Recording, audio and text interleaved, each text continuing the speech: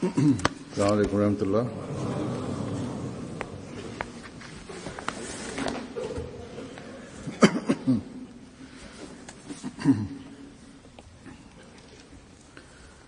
أشهد أن لا إله إلا الله وحده لا شريك له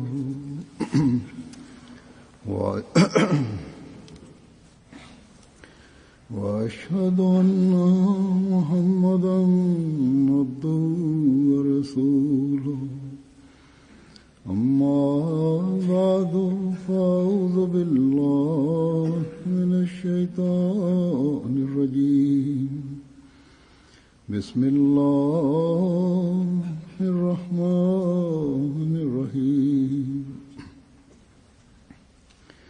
الحمد لله رب العالمين الرحمن الرحيم مالك يوم الدين إياك نعبد وإياك نستعين اهدنا الصراط المستقيم صراط الذين أنعمت عليهم غير المغضوب عليهم ولا الضالين.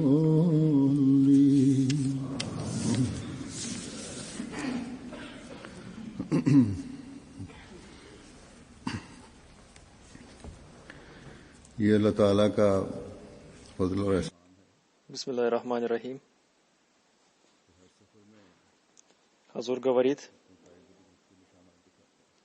милостью и благоволением Всевышнего Аллаха является то, что во время каждого моего визита Всевышний Аллах являет знамение своей поддержки и могущества. Иногда бывает опасение относительно того, что некоторые общины не имеют опыта в организации некоторых мероприятий, которые они хотят провести и которые не являются программами общины. Более того, речь идет о мероприятиях с участием других людей.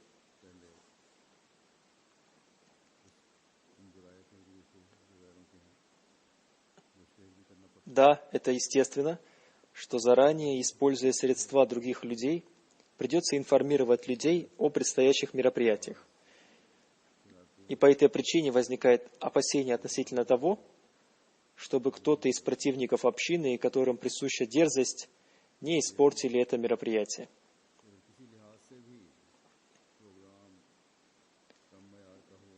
И кроме этого, бывает еще одно опасение, что если в каком-либо аспекте программа окажется на более низком уровне, чтобы это не стало причиной злорадства врагов. Да, возникает разного рода опасения, но мы не в состоянии поблагодарить Всевышнего Аллаха за то, что Он всегда являет нам примеры своей поддержки и помощи так, как Он того заслуживает. Он являет нам такие примеры своей помощи и поддержки, которые вызывают удивление у человека.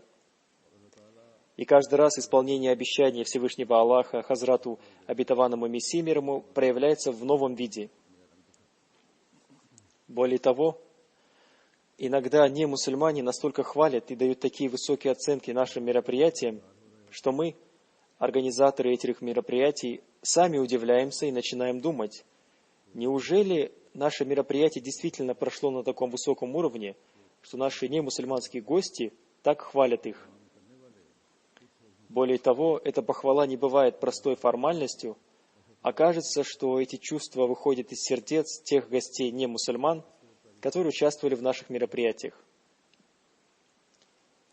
Их глаза и их лица свидетельствуют, что то, что они говорят, действительно является голосом их сердца. И увидев это, сердце человека наполняется чувствами восхваления Всевышнего Аллаха за то, что Он скрыл наши недостатки, и мероприятие прошло успешно. Несколько дней назад я находился с визитом в Голландии и Германии.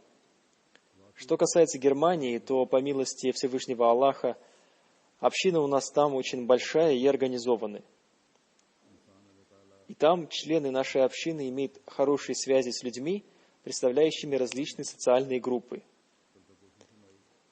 И также они имеют широкие связи со средствами массовой информации, которые распространяют информацию о наших мероприятиях.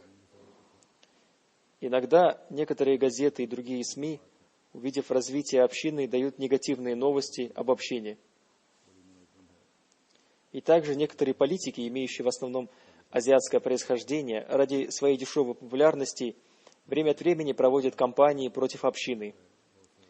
Однако политики и интеллектуалы Германии и вообще немецкие люди, которые в какой-то степени знакомы с общиной, имеют хорошее мнение об общине.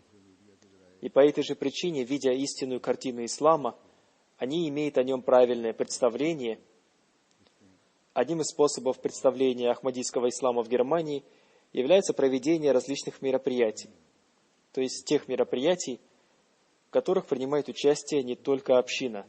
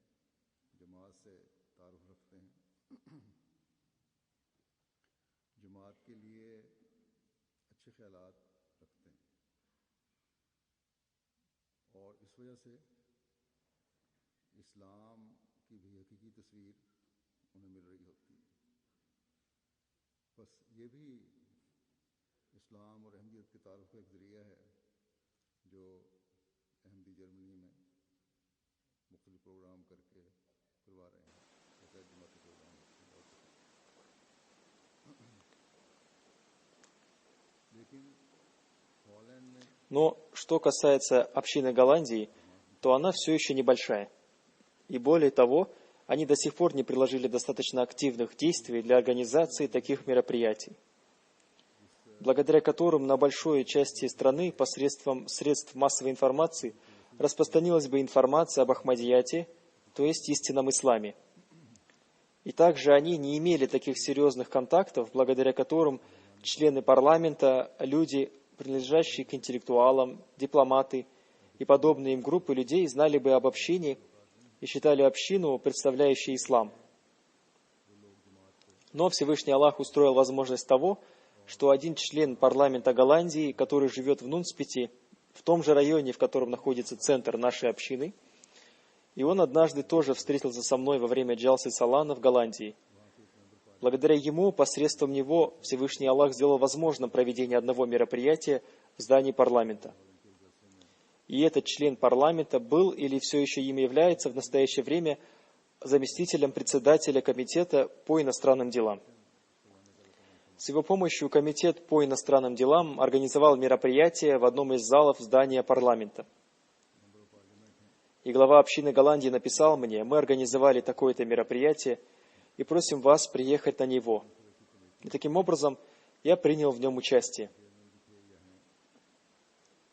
Я предполагал, что там будет несколько человек, потому что в этой стране мало людей знает об общине, и поэтому на ее мероприятие приходит немного людей. И кроме этого, община не имеет опыта в организации такого рода мероприятий, но как бы то ни было, зная о положении и возможностях общины Голландии, по-моему, это мероприятие прошло достаточно успешно. В этом мероприятии приняли участие 98 влиятельных лиц, среди которых, кроме членов парламента, приняли также участие послы и другие чиновники, представляющие следующие страны: Испания, Ирландия, Швеция, Хорватия, Черногория, Албания, Франция, Швейцария, Бельгия, Германия, Индия, Филиппины, Дания и Кипр.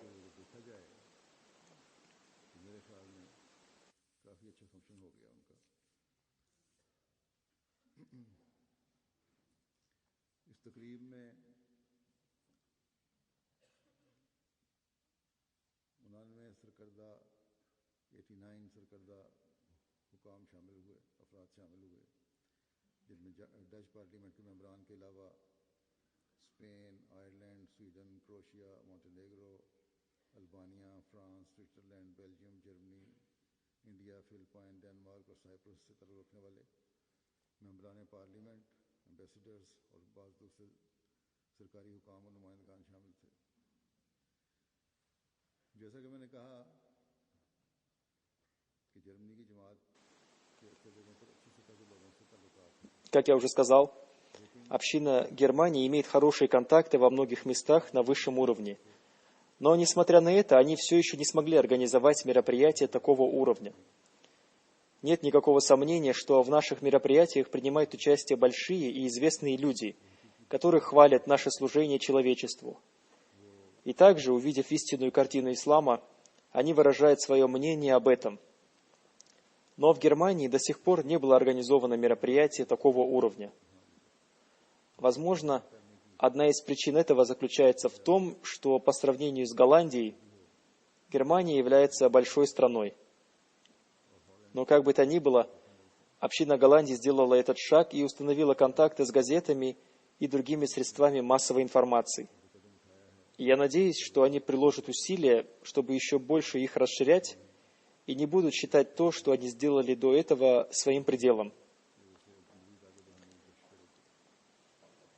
В этом мероприятии, которое было проведено в здании парламента, я в течение 18-20 минут коротко рассказал об исламском учении и затронул вопросы, касающиеся положения в современном мире.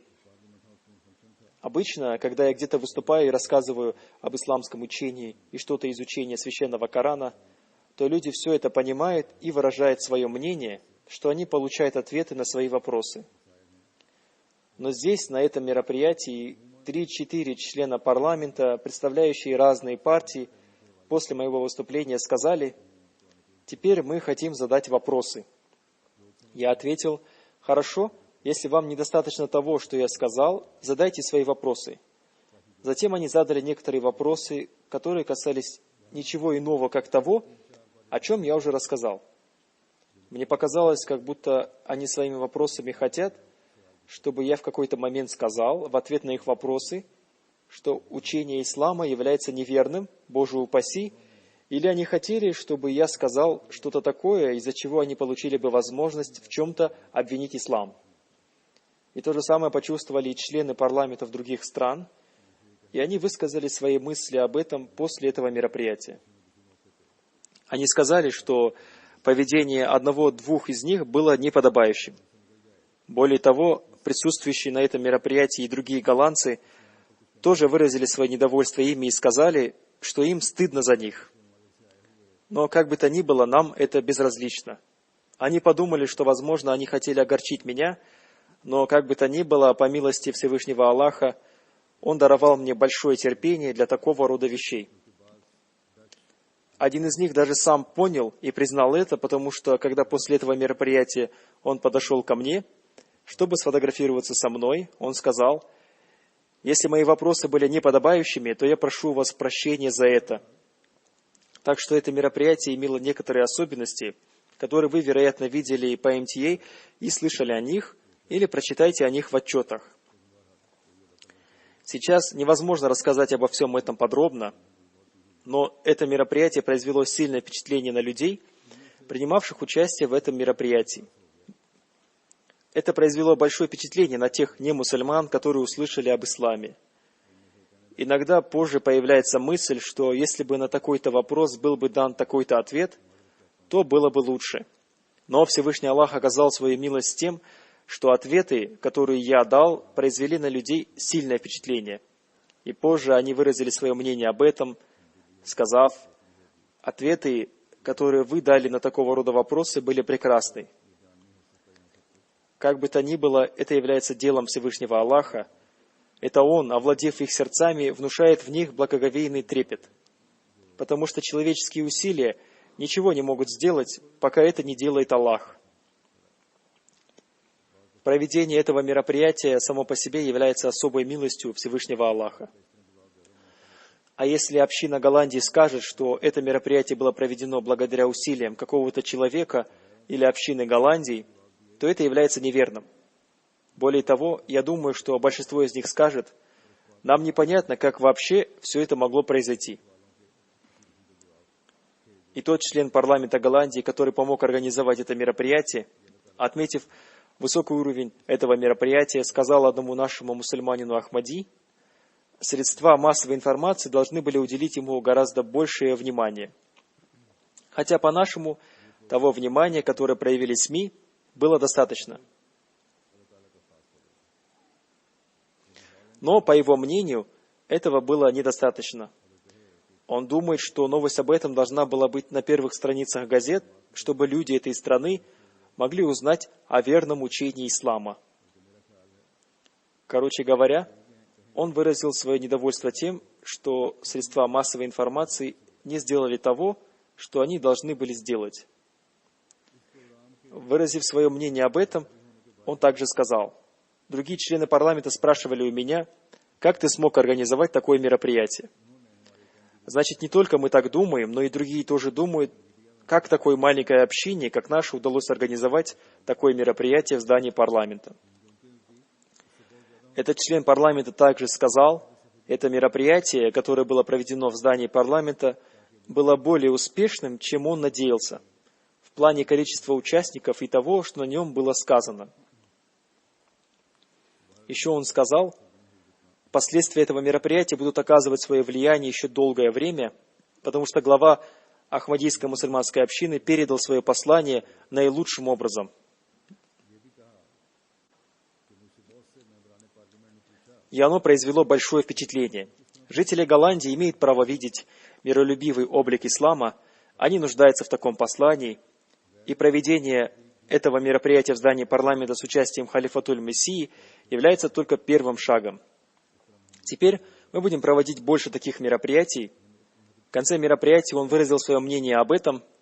Затем, кроме него, еще и другие уважаемые гости похвалили это мероприятие и благодарили за то, что они увидели облик истинного ислама.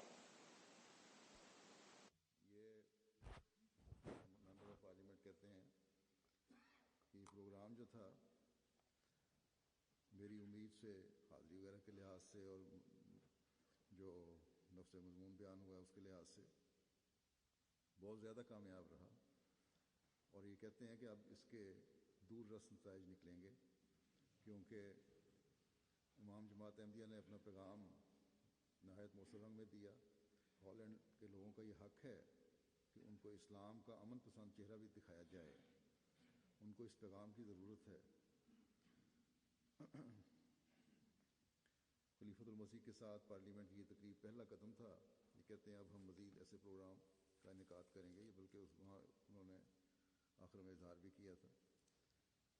फिर और भी बहुत से मोअज़्ज़ज़ मेहमानों ने इस प्रोग्राम को सराहते हुए इस्लाम की हकीकी तालीम का चेहरा दिखाने पर शुक्रिया अदा किया। हॉलैंड के साबिक़ वज़ीर दिफा भी इस तकरीब में शामिल हुए। फंक्शन के बाद ही मेरे साथ बड़ी देर तक बैठे रहे, बातें करते रहे। उन्होंने अपने तसव्वुरात का इजहार करते हुए कहा, бывший министр обороны Голландии тоже принял участие в этом мероприятии. После мероприятия мы долго сидели с ним и общались, и он выразил свое мнение. Благодаря вашему выступлению я получил возможность увидеть истинное лицо ислама. И теперь я хочу, чтобы вы приезжали в Голландию снова и снова для того, чтобы из сердец людей ушел страх перед исламом. Затем он сказал, ваши ответы на вопросы комитета парламента были достаточны для того, чтобы раскрыть глаза любого человека, имеющего хорошие мысли. В этом мероприятии принял также участие посол Испании. Он сказал, что его сердце особенно тронуло то, что сказал глава общины о свободе слова, толерантности и уважении к другим религиям. И то, какие ответы он дал на очень острые вопросы относительно ислама. И также то, что он сказал в своем выступлении в свете учения ислама о свободе религии и братстве. Я полностью его поддерживаю, потому что соблюдение таких традиций является очень необходимым для межрелигиозной гармонии и безопасности всего мира. А затем один член парламента Испании сказал, я очень рад слышать привлекательные слова о свободе и мире для человечества в том мире, где день за днем расширяются военные конфликты и несправедливость во имя религий. И его, то есть Хазура, слова о том, что надо любить Творца всех творений, мы очень благодарны за такого рода послание мира. В наше время все те люди, которые хотят мира и следуют своей религии, должны больше, чем когда-либо объединиться. Мы должны больше уделять внимание тем вещам, которые являются общими для нас, вместо того, чтобы больше уделять внимание расхождениям между нами. В этом мероприятии приняли также участие 3 человека из Черногории. Один из них, являющийся членом парламента, сказал: «Это мероприятие является большим успехом для общины по той причине, что их глава представил исламское учение на очень высоком уровне. Хотя вопросы членов парламента Голландии были очень агрессивны, но он дал очень логичные ответы, основанные на доказательствах и фактах. И это подтверждает, что глава общины говорит с большой смелостью и уверенностью, опираясь на доказательства». Затем он сказал: «Такого рода мероприятия очень необходимы для сегодняшнего очень опасного мира». В этом мероприятии приняли также участие 2 члена организации Human Rights Defense, которые тоже сказали, что это послание, которое было прочитано в здании парламента, должно быть донесено до всех полисмейкеров. В нем принял также участие член той партии, которая находится у власти в Хорватии. Он сказал, что глава общины очень ясно рассказал об учении ислама, и это произвело очень большое впечатление. Ради установления мира во всем мире исламское учение является очень необходимым. Если бы все мусульмане с искренним сердцем следовали этому учению, то мир стал бы обителью мира.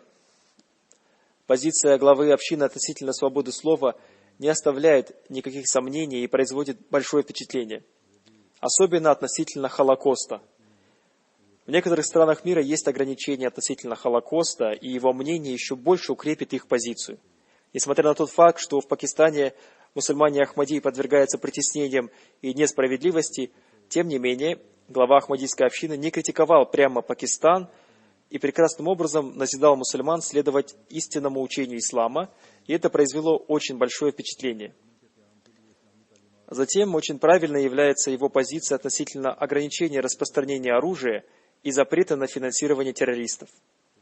Действительно, если бы сильные державы этого мира серьезно и честно последовали бы этим принципам, то мир мог бы вернуться к миру.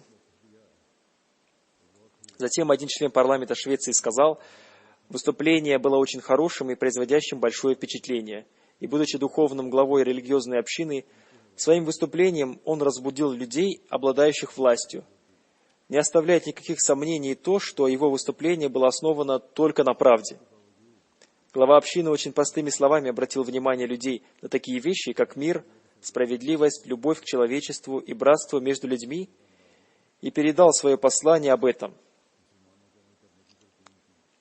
Затем, относительно вопросов члена комитета по иностранным делам о свободе слова, он сказал: его ответы, то есть ответы Хазура, были наполнены доказательствами и мудростью. Они даже не поняли того намека главы общины относительно евреев и продолжали задавать свои вопросы на эту тему, тогда как в нашей стране, Швеции, запрещено даже носить нацистский бейджик, и за это полагается штраф. Затем главный советник города Тирана, Албания, и бывший председатель комитета по религиозным делам сказал: «Я даже представить себе не мог, что Ахмадийская община таким великим образом проповедует ислам».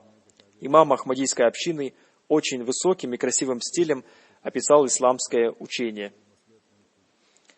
Один профессор Амстердамского университета, специалист по буддизму, исламу и другим религиям, выражая свое мнение, сказал: «Из того, как ясно глава Ахмадийской общины рассказал о всемирном исламском учении, я понял, что Ахмадийская община теперь должна быть представлена в наших межконфессиональных программах, чтобы мы могли увидеть истинную и подлинную картину ислама».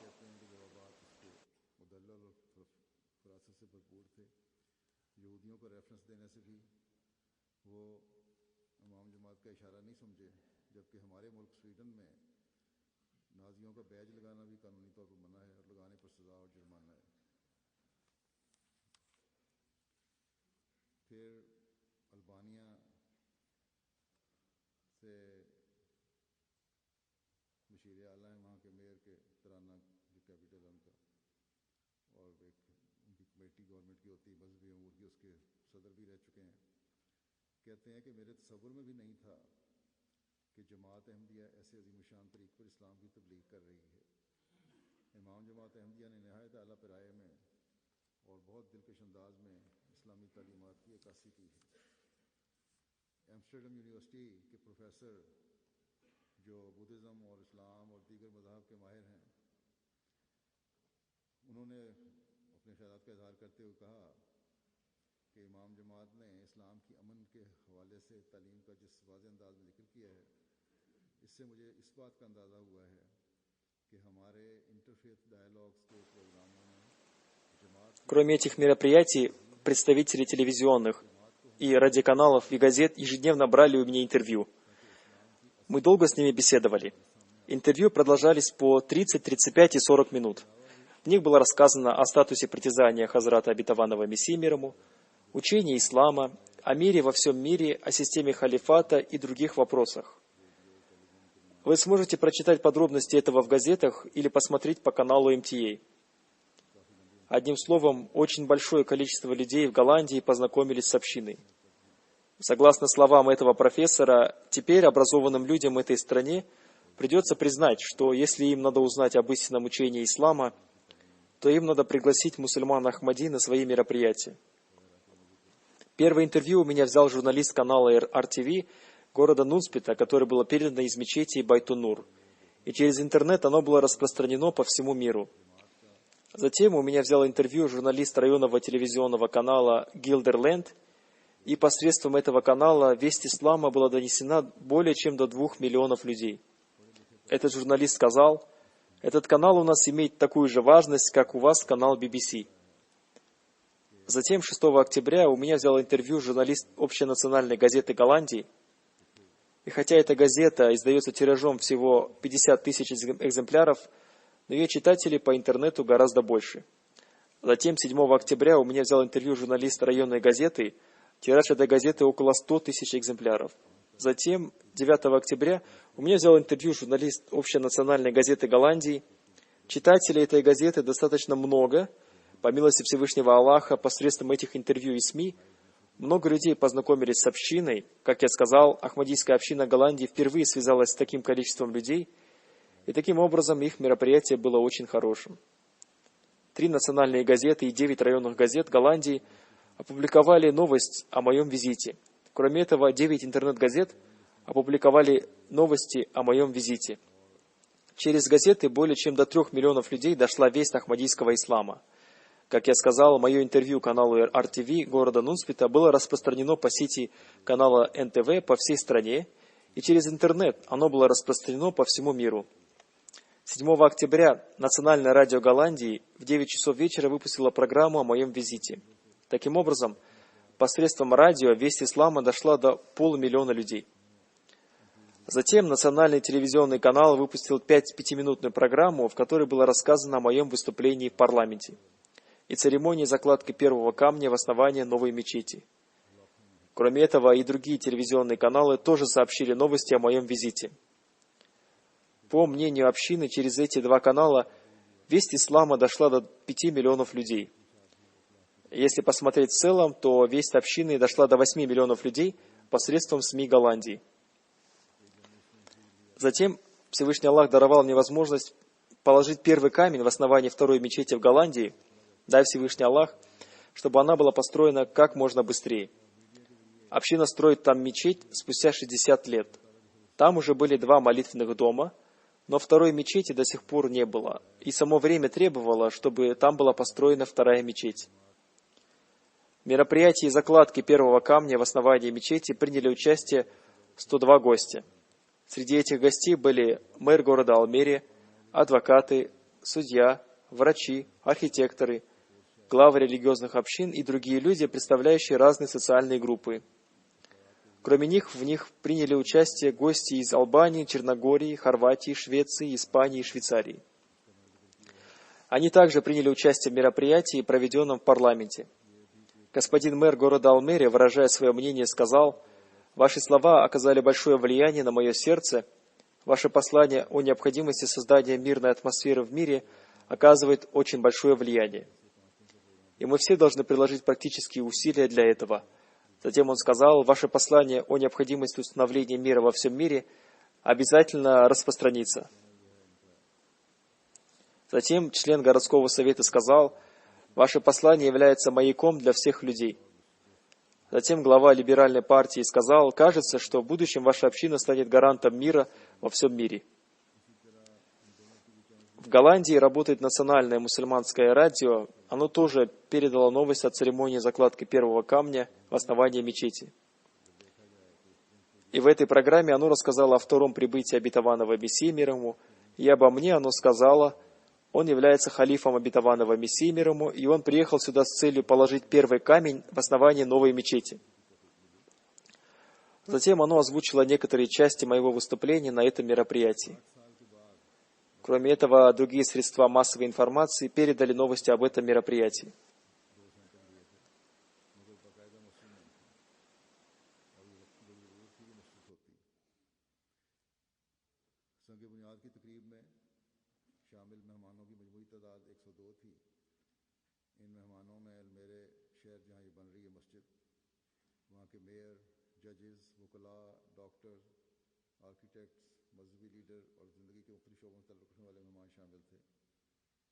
इसके अलावा Albania, Montenegro, Croatia, Sweden, Spain और स्विट्जरलैंड के जो मेहमान एक दिन पहले फंक्शन पे आए हुए थे वो भी शामिल हो गए।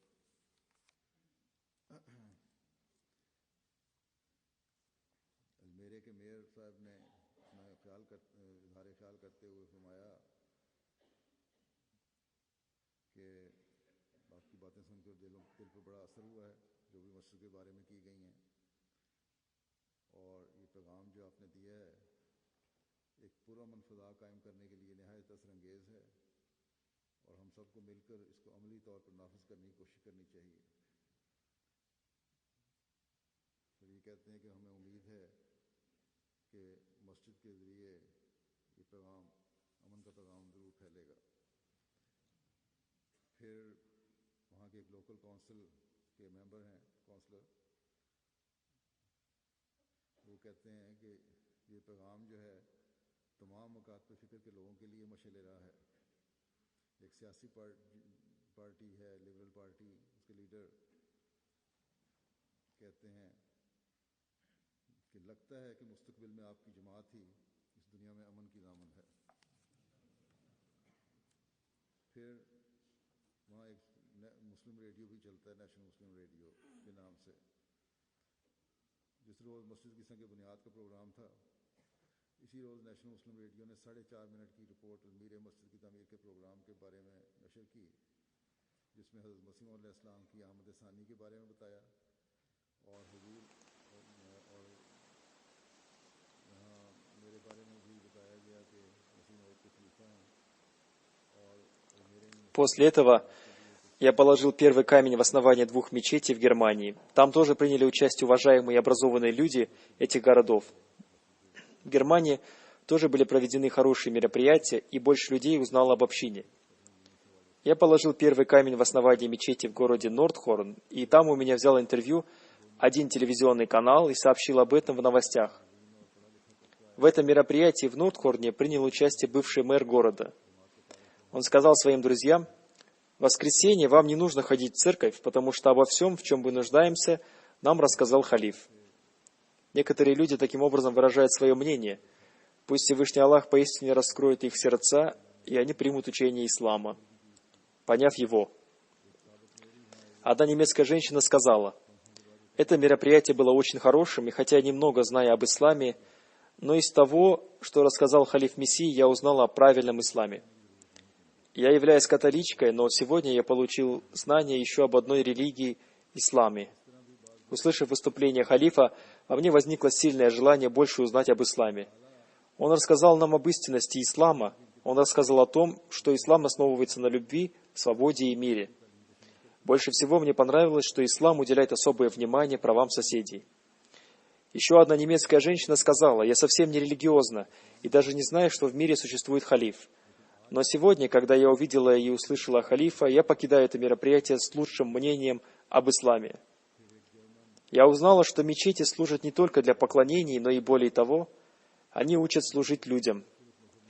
Я узнала, что мечеть учит соблюдать права соседей. Я узнала, что мечеть является местом распространения мира. Услышав выступление имама общины, все страхи, которые были у какого-либо человека, удаляются, и он получает ответы на свои вопросы. Затем еще одна женщина-журналист сказала: «Я хотела после мероприятия взять интервью у имама общины, но после того, как я услышала его выступление, я не нуждаюсь в этом интервью, потому что халиф Мессии в своем выступлении ответил на все вопросы, которые могли возникнуть в голове у человека».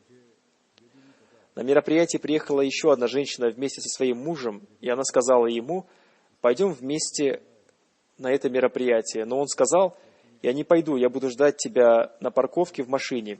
Это мероприятие мусульман, и мое сердце говорит мне, что сегодня тут произойдет взрыв, и мне моя жизнь очень дорога, а если ты хочешь умереть, то иди». После мероприятия она сказала ему: «Ты пропустил самое лучшее мероприятие сегодняшнего дня, потому что там не было ничего, кроме любви и мира. Бывают такие люди, которые имеют такое мышление, как этот мужчина». Мероприятие по поводу закладки первого камня в основании мечети посетила еще одна немецкая женщина, которая во время моего выступления говорила: «Это правда, это правда». И после окончания церемонии, делясь своими впечатлениями, она сказала: «Я впервые приняла участие в таком мероприятии, и увидев то, как все было вами организовано, я была очень удивлена. Я увидела, что каждый человек здесь грамотный и порядочный. Такие мнения людей напоминают нам, что наше поведение должно быть хорошим. И такое поведение мы должны показывать не только на мероприятиях, а всегда». Затем она сказала: «Я с большой болью говорю, что мы, немцы, лишены нравственности, о которой вы рассказали здесь. В школах детей учат противоположному той нравственности, которой я хочу научить своих детей дома. Люди думают, что то учение, которому они учат в школе, они учат детей ради свободы, но многие родители выражают свое беспокойство в связи с этим, поэтому мы у себя дома должны объяснить своим детям, что не каждое их слово является правдой. Вы должны заботиться об исламской нравственности». Еще один гость сказал: «Я очень рад тому, что посетил это мероприятие. Христианство является мертвой религией. В этой религии есть только слова, но в ней нет духа. А здесь я увидела живую религию». Это мероприятие посетила одна женщина, которая, когда она узнала, что Ахмадийская община многое делает для обеспечения людей питьевой водой, сказала своему 8-летнему ребенку: «Мы не должны напрасно расходовать воду». С ней были еще 3-4 детей, и, указывая на меня, она сказала: «Слушайте его слова и постарайтесь их понять». На мероприятии была одна пара, которая начала беседовать с одним мусульманином Ахмади о хиджабе, и женщина спросила: «Почему здесь, в этом шатре, сидят только мужчины и нет женщин? И почему вы установили отдельный шатер для женщин?» Когда она услышала мое выступление, в котором также было рассказано и о духе ислама, она сказала: «Теперь я поняла смысл хиджаба, и я поняла, что в этом и содержится красота женщины. На Западе существует неправильное представление о женской свободе». То есть, в то время как другие люди понимают учение ислама, наши женщины иногда имеют комплекс в связи с хиджабом. Они не должны иметь этот комплекс, а должны увеличиваться в понимании смысла хиджаба. Еще одна женщина, посетившая это мероприятие вместе со своим мужем, сказала: «На сегодняшнем мероприятии мне все понравилось. У меня был интерес к исламу, и сегодня я поняла, что ислам является синонимом добра». Затем она сказала: «Мне очень понравились слова главы общины, и что мы все должны жить мирно, потому что мы являемся творениями одного Бога». И эти его слова оказали на меня большое влияние. А ее муж сказал: «У меня тоже был интерес к исламу, и я хотел услышать, о чем сегодня скажет ваш халиф, но после его выступления я скажу, что я согласен с каждым его словом. Теперь я узнал, что мечеть является домом мира. Халиф в своем выступлении говорил только о мире. Люди, вместо того, чтобы бояться друг друга, должны доверять друг другу, и после того, как я услышал его слова, у меня не осталось никакой боязни относительно этой мечети». Это мероприятие посетил еще один гость. Он сказал, что он является атеистом и противником религии. Но сегодня ваш халиф доказал, что он имеет силу проявлять терпение к разным людям, и его действия доказали, что ислам является религией терпения. Суть послания халифа состояла в том, что мы должны покончить со своей враждой и ссорами. Я не могу не согласиться с тем, что мы нуждаемся в том, о чем сегодня рассказал халиф. Затем еще одна женщина сказала: мы сегодня очень нуждаемся в том, о чем рассказал глава общины. Сегодня мир разделяется, но сообщение главы общины может всех нас объединить. Не только мусульмане должны слушать его слова, но и христиане, и иудеи, и все другие люди должны обратить свое внимание к его словам. Услышав его выступление, мое отрицательное мнение об исламе изменилось и стало полностью положительным.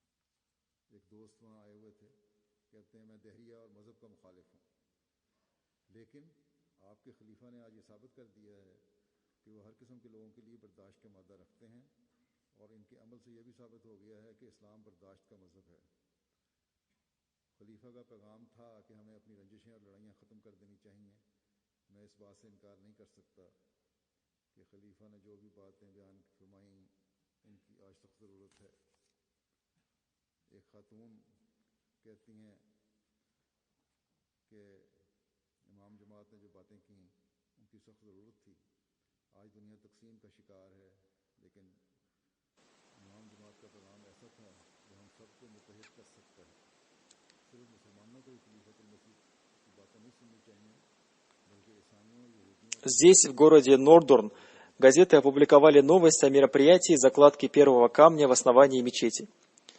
Об этом подробно написала одна местная газета. Она пишет: «Истинные мусульмане распространяют любовь, мир и взаимопонимание. Обязанностью каждого человека является хорошо относиться к своим соседям».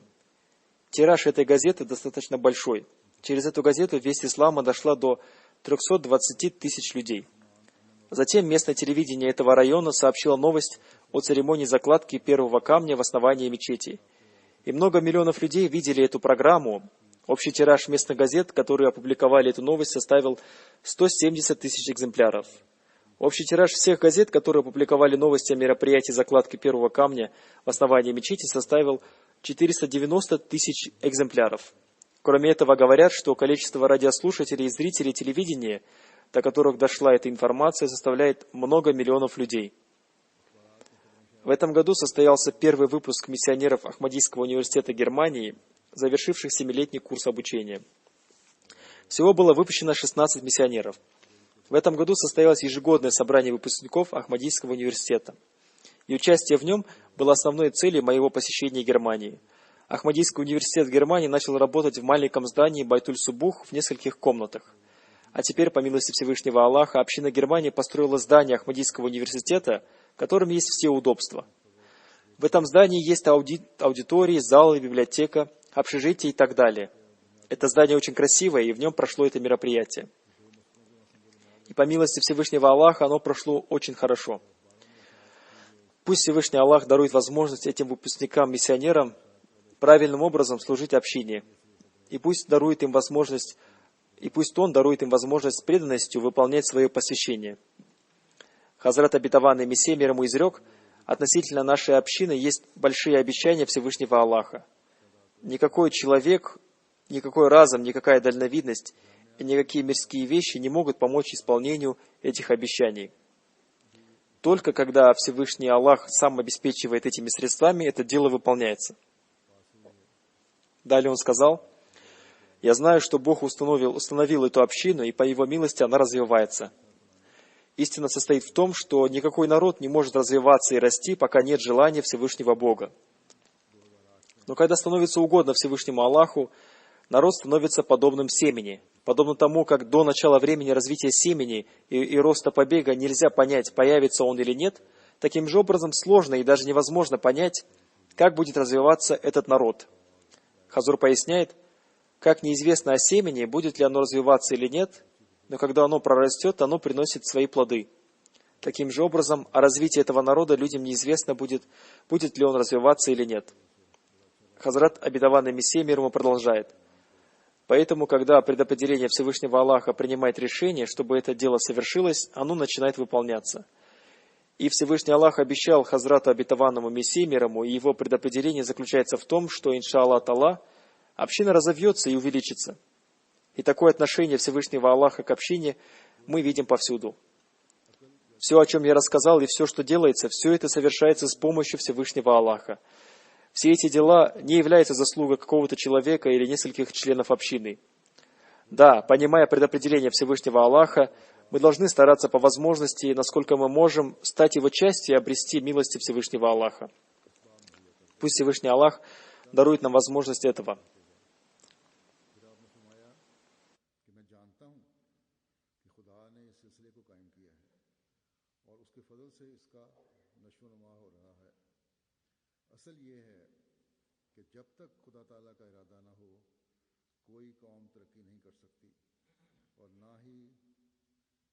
इसका नशो नुमा हो सकता है, लेकिन जब अल्लाह ताला किसी के लिए चाहता है तो वो बीज की तरह हो जाती है,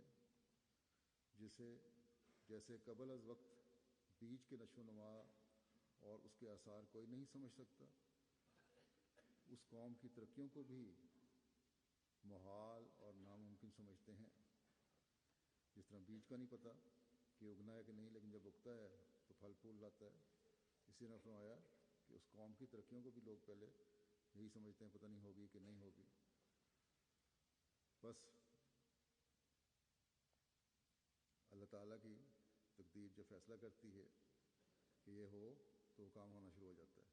और अल्लाह ताला का हज़रत मसीह अलैहि सलाम के साथ वादा है, और उस तकदीर ये है कि इंशाअल्लाह ताला जमात ने फलना फूलना और बढ़ना है।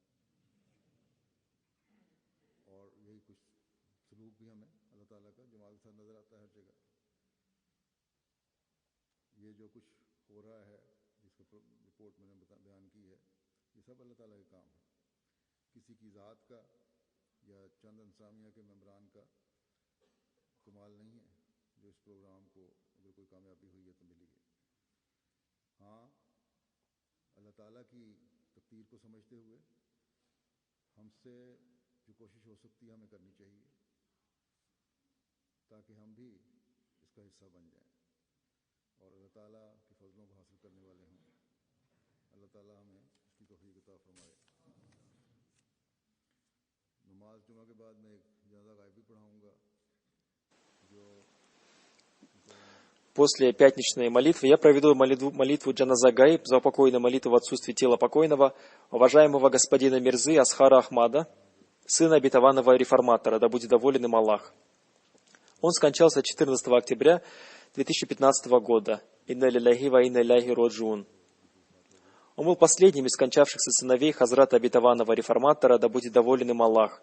Они были вторым поколением Хазрата обетованного Мессии мир ему, и с его смертью это второе поколение закончилось. И сейчас живет третье и четвертое поколение и так далее, и в будущем появятся новые поколения. И дай Аллах, чтобы они были стойкими в вере. Мирза Асхар Ахмад родился 17 октября 1930 года в Кадьяне его матерью была Хазрат Умми Насир, да будет доволен ею Аллах.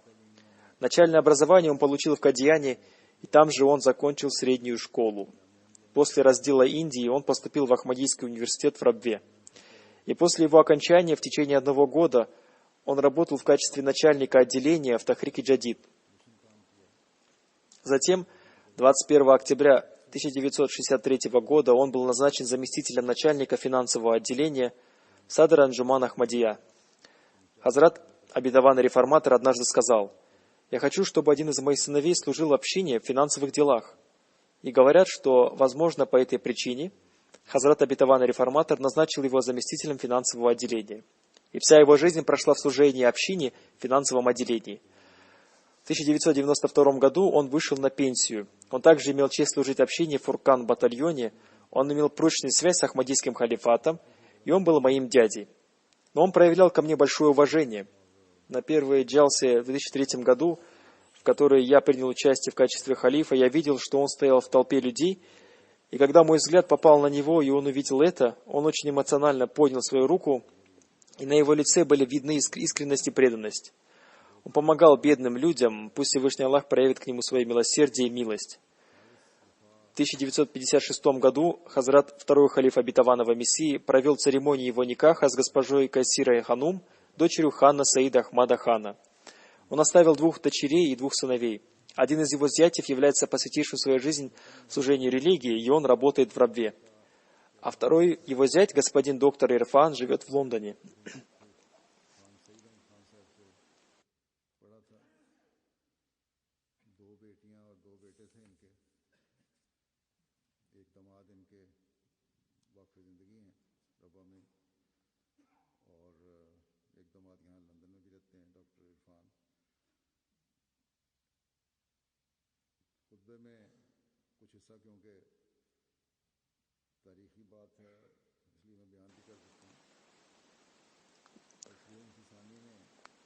Поскольку одно событие из истории Ахмадията связано с его жизнью, поэтому я расскажу о нем.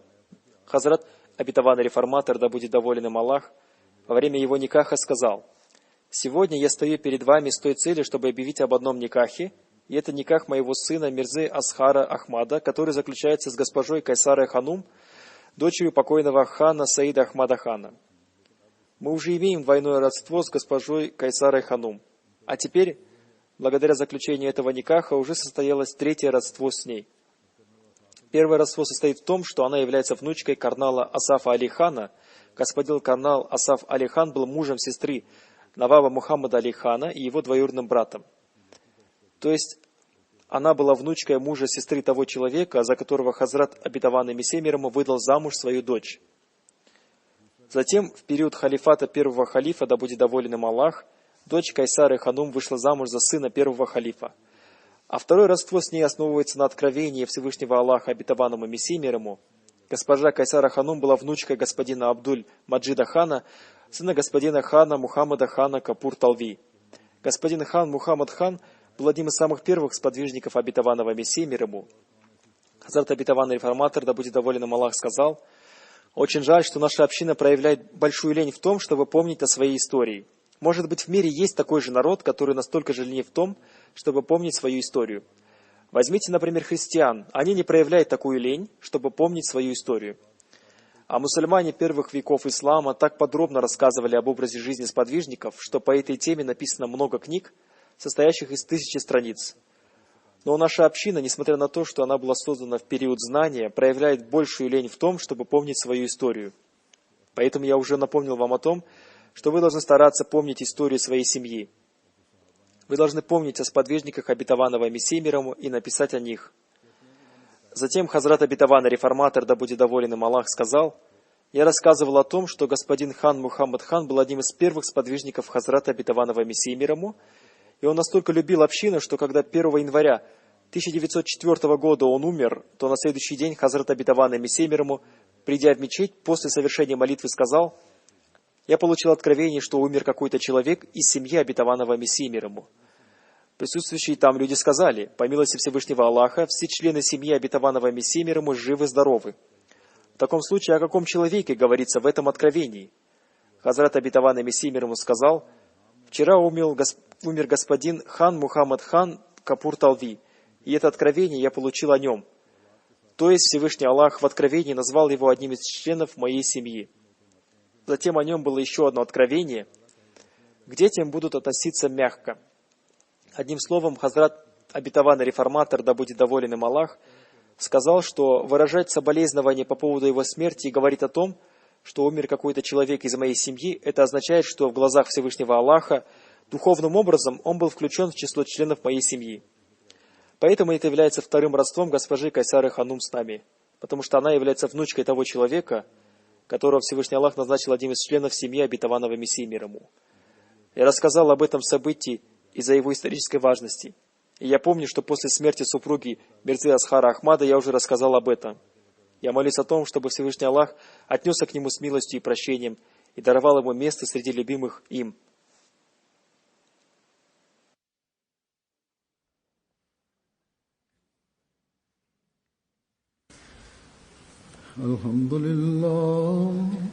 الحمد لله نحمده ونستعينه ونستغفره ونؤمن به ونتوكل عليه ونعوذ بالله من شرور أنفسنا ومن سيئات أعمالنا من يهده الله فلا مضل له ومن يضلل فلا هادي له ونشهد أن لا إله إلا الله ونشهد أن محمدا عبده ورسوله عباد الله رحمكم الله إن الله يأمر بالعدل والإحسان وإيتاء ذي القربى وينهى عن الفحشاء والمنكر والبغي يعظكم لعلكم تذكرون اذكروا الله يذكركم وادعوه يستجب لكم ولذكر الله أكبر